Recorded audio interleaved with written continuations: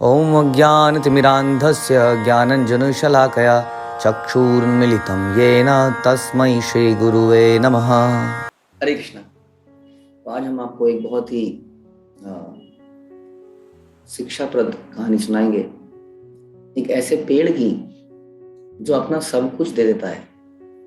चैतन्य महाप्रभु भी हमें जब उदाहरण देते हैं तो बोलते हैं तृणाद्यपि सुनीचेन तरोरपि सहिष्णुना, कि हमें एक वृक्ष की तरह सहनशील होना चाहिए और हमें एक वृक्ष की तरह हमेशा देना सीखना चाहिए। तो आइए देखते हैं कैसे वृक्ष इस चैतन्य महाप्रभु की इस सिद्धांत को पालन करते हैं और इसलिए हमेशा प्रसन्न रहते हैं, सब कुछ देने के बाद भी। हमें अक्सर लगता है कि यदि हम देते रहेंगे तो हम प्रसन्न कैसे रहेंगे, लेकिन वास्तविकता तो यह है कि हम जब देते हैं तो हमें ज्यादा प्रसन्नता होती है। आइए देखिए इस कथा को, जिसका नाम है दानी पेड़। तो एक बार की बात है, एक बहुत ही सुंदर पेड़ था और एक सेब का पेड़ था, और उसके साथ एक बच्चा था जो कि अक्सर उस पेड़ के साथ खेला करता था, और पेड़ भी उस बच्चे को बहुत प्यार करता था। और पेड़ के पास बच्चा रोज आता था, रोज और रोज अलग अलग तरह के खेल खेलता था। वो पेड़ के पत्तों को तोड़ तोड़कर उन्हें इकट्ठा करता था और कभी उन पत्तों से खेलता था, कभी उन पत्तों की माला बनाता था। उसके अलावा वो पेड़ के फूलों को इकट्ठा कर उनकी भी माला बनाता था। और इस प्रकार पेड़ अपने पत्ते और फूल खुशी खुशी उस बच्चे को देता था और पेड़ को ये सब करने में बड़ा आनंद आता था। वो बच्चा कभी कभी अलग अलग प्रकार के खेल खेलता था, जैसे जंगल का राजा। वो पेड़ पर चढ़ जाता था और ऊपर से राजा की तरह बिहेव करता था, और पेड़ को बड़ा अच्छा लगता था जब उसके तने पे चढ़ता था, उसकी टहनियों पे चढ़ता था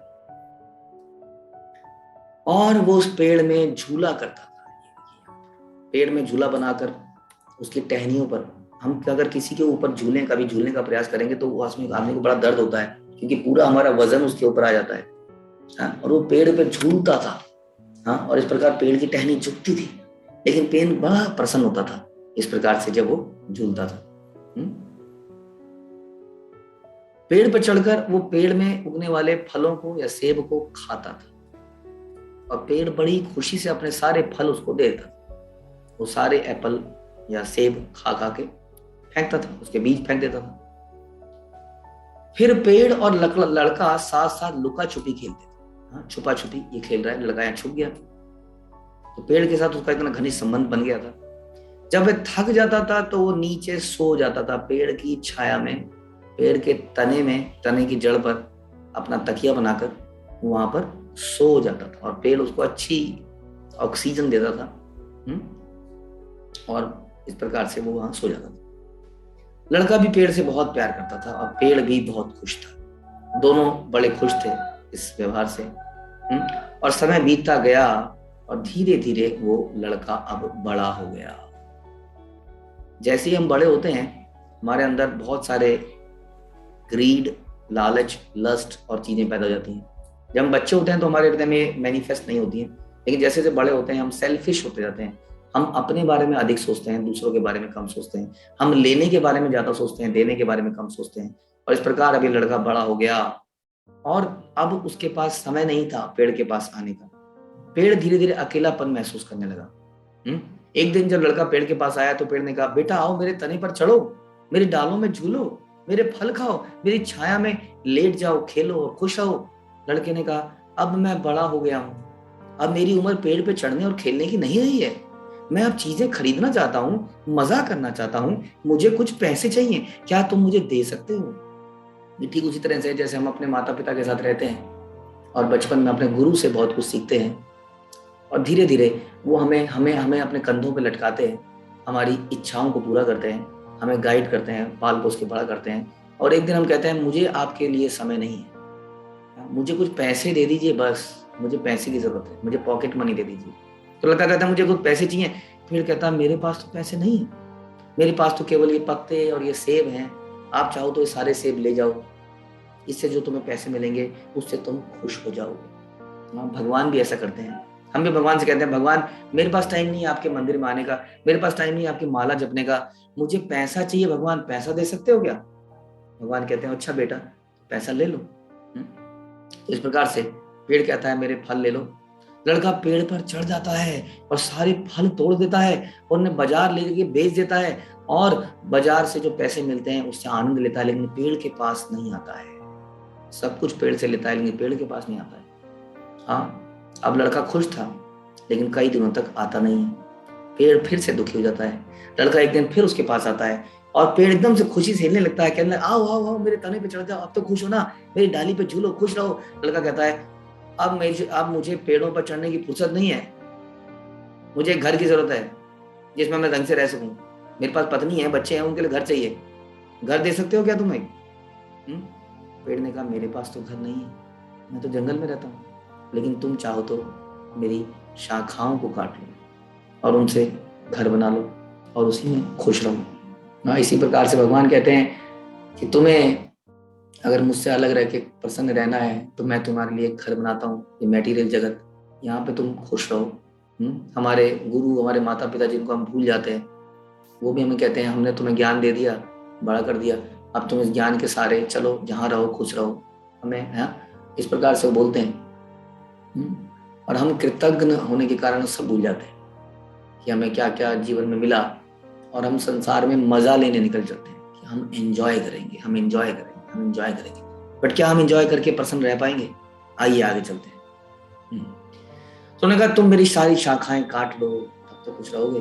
तब लड़के ने पेड़ की शाखाएं काट ली और अपना घर बनाने लगे। देखिए, इज अ सेल्फिश मैन, अपना घर बनाने ले गया और पेड़ अब भी खुश था। बताइए, तभी चैतन्य महाप्रभु अक्सर पेड़ की उदाहरण हमें देते थे कि पेड़ अब भी खुश था, लेकिन लड़का अब भी वापस नहीं आया, पेड़ को काट कर भी उसके अंदर ये भी नहीं आया कि मैंने तुमसे इतना कुछ लिया, थैंक यू वेरी मच, कुछ नहीं। जब वह आया तब पेड़ इतना खुश हुआ और बोलते ही नहीं बना और बोला बेटा आओ और मेरे साथ खेलो, मेरे पास अब केवल तना है, लेकिन इस तने से जो भी खेल सकते हो खेलो। बालक कहता है मैं बहुत दुखी हूं, Why is sad? सब कुछ लेने के बाद भी दुखी है, पेड़ सब कुछ देने के बाद भी सुखी है। कहता मैं बहुत दुखी हूं, मेरी उम्र अब खेलने की नहीं रही, मुझे एक नाव चाहिए जो मुझे 7 समुद्र ले जाए, मुझे विदेश जाना है, क्या तुम मुझे नाव दे सकते हो? मतलब मेरे पास तो कुछ नहीं है, मेरे पास तो केवल एक तना बचा है, चाहो तो इसको काट लो, इसको काट के नाव बना लो। और वो व्यक्ति इतना सेल्फिश होता है कि वो पेड़ के तने को भी काट लेता है और नाव बना के समुद्र के पार चला जाता है। परंतु पेड़ अब भी खुश था कि मैंने इस बच्चे को कम से कम खुश तो किया। इसी तरह से हम लोग, जैसा हम डिस्कस कर ही रहे हैं, सब कुछ सीखने के बाद, सब कुछ समझने के बाद अपनी इंद्रिय तृप्ति में, एंजॉयमेंट में, घूमने में, फिरने में इतने प्रसन्न हो जाते हैं, इतने एंग्रॉस हो जाते हैं कि सब भूल जाते हैं। तो ये व्यक्ति तने को भी लेकर चला जाता है। बहुत साल बाद लड़का फिर वापस आता है, बोलता माफ करना बेटा, अब मेरे पास तुम्हारे देने के लिए कुछ नहीं है, मेरे सेब नहीं है।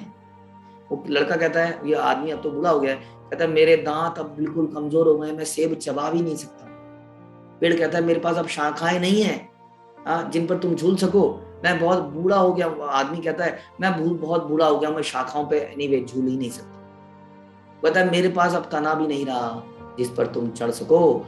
वो बूढ़ा व्यक्ति, अब जो बूढ़ा हो गया बालक, को कहता है मैं बहुत थक गया हूँ, मैं तने पर चढ़ ही नहीं सकता हूँ। पेड़ कहता है कि मैं तुम्हें कुछ देना चाहता हूँ, बताइए सब कुछ तो दे दिया है, बचा ही क्या है? कहता है मैं तुम्हें कुछ देना चाहता हूँ, अब मेरे पास कुछ बचा नहीं है, मैं तो केवल एक ठूंठ हूँ। लड़का, वही बूढ़ा लड़का कहता है मुझे कुछ ज्यादा चाहिए भी नहीं, कम से कम एक ऐसी जगह चाहिए मैं शांति से रह सकूं, बैठ सकूं, सुस्ता सकूं, मैं बहुत थक गया हूं, मैं बहुत दुखी हूं अपने परिवार से, अपनी झिकझिक से, हर चीज से। और पेड़ ने तभी क्या कहा, अच्छा बेटा तुम बैठना चाहता हो, आओ आओ आओ मेरे ठूंठ पर बैठ जाओ। और लड़का ठूंठ पर बैठ जाता है और पेड़ बहुत प्रसन्न होता है।